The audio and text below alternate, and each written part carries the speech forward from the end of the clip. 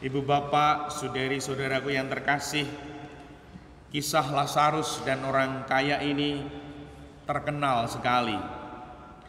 Sudah dengan berbagai versi renungan kita mendapatkan.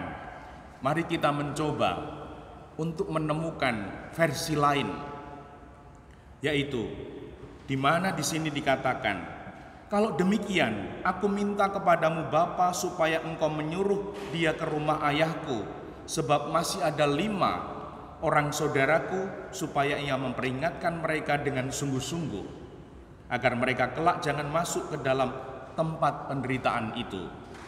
Dan di akhir Injil dikatakan demikian, jika mereka tidak mendengarkan kesaksian Musa dan para nabi, mereka tidak juga akan diyakinkan, sekalipun oleh seorang yang bangkit dari antara orang mati.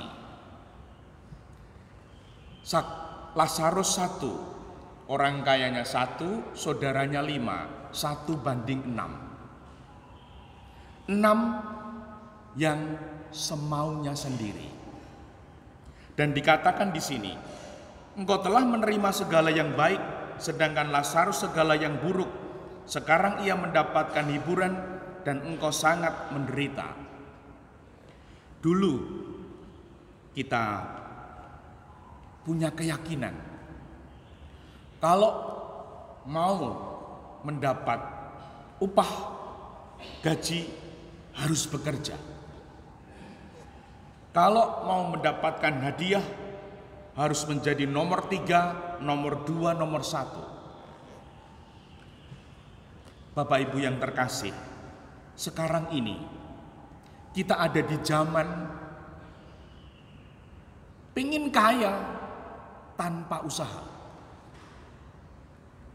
pingin sukses tanpa proses, pingin maju tanpa laku, tanpa waktu. Apakah Bapak Ibu menyadari? Anak-anak kita kalau bisa tanpa belajar, pinter, bijinya apik.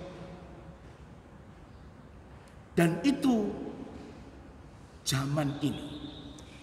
Apakah kita masih mampu?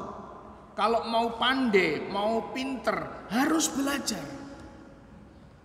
Kalau mau dapat hadiah, harus berjuang. Kalau mau maju, ono lakune. Kalau mau proses, ada. Kalau mau sukses, ada prosesnya. Apakah kita masih mampu menanamkan keyakinan itu? Kalau masih, puji Tuhan. Karena semakin banyak orang tidak mau berkeringat. Maka di sini Tuhan mengingatkan, engkau telah menerima segala yang baik. Kan aneh. Hidup kok menerima segala yang baik? Tidak mungkin. Untuk naik kelas saja harus dites, harus diuji. Jadi kalau kita menerima segala yang baik dalam hidup kita, ada yang keliru. Maka ada peribahasa, emas makin ditempa makin berharga. Mau mengatakan manusia akan semakin berharga naik kelas kalau mampu melewati kesulitan, tantangan, masalah hidup.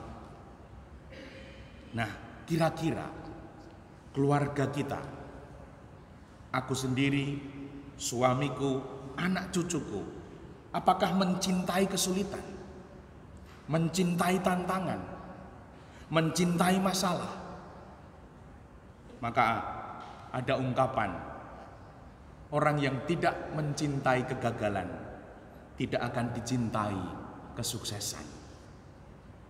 Nah, maka Tuhan pun berkata, jika mereka tidak mendengarkan kesaksian Musa, orang yang bangkit dari orang mati pun tidak akan didengar.